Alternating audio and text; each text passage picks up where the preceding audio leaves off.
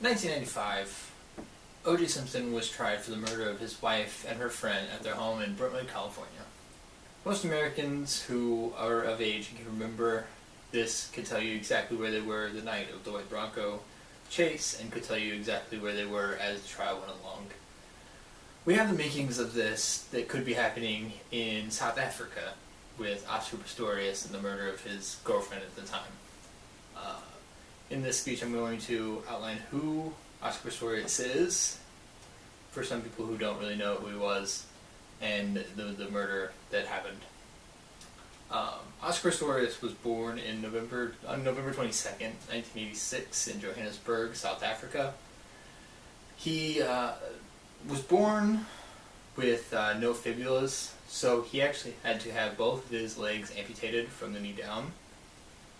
At 11 months, he had both of the legs amputated. He would go on to play many sports. He was one of the best athletes in the country all the way growing up. He won many tennis championships. He won wrestling championships.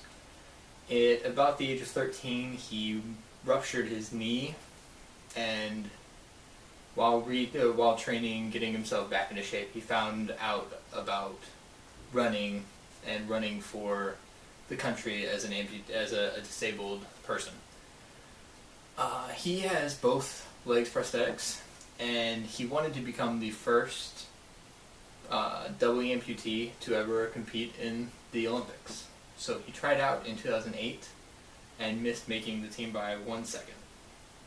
And for the qualifying for 2012, he actually did make the team, and he was able to compete in the 2012 Olympics in London. He did not make the final race in the 400, but he was able to make the qualifying, so it was a really big deal. Oscar Pistorius is like the Tiger Woods or the Michael Jordan for Johannesburg. He is the biggest athlete in the entire country of South Africa. And that's why this murder that happened has become such a big deal. On the night of February 14th, Valentine's Day, Oscar Pistorius shot and killed his girlfriend in his bathroom at his home. There are conflicting reports as to why it happened, but as of right now, he is scheduled to be in court at the beginning of August, and the trial will start. He says that he woke up and heard noises, and because of how bad the violence is there in Johannesburg and South Africa as a country as a whole, it wouldn't have been a big shock had his house been broken into. There are reports out there that his house has been broken into before. He grabbed a gun and he caught the person in the restroom and fired through the door. He fired 3 shots and hit on all 3, killing her in the bathroom instantly.